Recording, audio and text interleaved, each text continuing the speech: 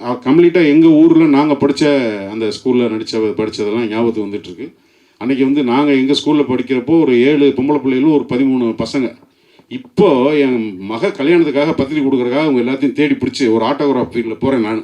ஞாபகம் வருதுன்னு பூரா போனால் 7 பேரில் 6 பேர் இருக்காங்க. ஒரு ஆள் எங்கே இருக்குன்னு கண்டுபிடிக்க முடியல. அது என் நண்பர் ஒருத்தர் சொல்லி இந்த மாதிரிடா பத்திரிக்கை கொடுக்கணும், அந்த பொண்ணுங்கள்லாம் எங்கே இருக்கு அப்படின்னு. அப்படியா நண்பா, சரிங்க ஐயா, நான் எப்படி கண்டுபிடிச்சிடுறேன் ஐயா அப்படின்ட்டு எல்லார் நம்பரையும் வாங்கிட்டு எனக்கு கொடுக்காம அவங்க எல்லாம் வெளியில் போயிட்டாங்கன்னு என்னை தவிர்க்கிறான். இப்போ என்னடா இது?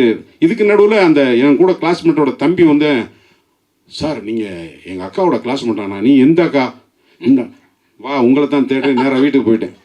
போனால் இன்னைக்கு எந்த அளவுக்கு இன்றைய தலைமுறை மாறி இருக்கு, அந்த தலைமுறை பெண்கள் எப்படி இருக்காங்க. நான் போய் நின்னா டிக்குன்னு என்னை பார்த்து ஆட்டம். என் கூட படிச்சுட்டு ஒன்றும் க்ரஷ்ஷு லவ் அதை ஒரு கழுதையும் கிடையாது. போய் போட்டு கொடுத்துருவாள் ஆஃபீஸர், வாத்தியார்கிட்ட வீட்டுக்கு போயிடும். அதனால் அந்த சோழிலாம் கிடையாது. டிக்குன்னு கையெல்லாம் ஆடுது. என்னம்மா நல்லா இருக்கீங்களா, வாடா போடான்னு பேசிக்கிட்டு இருந்து நல்லா பேசணும்னு. இப்போ அது ஒரு கதை.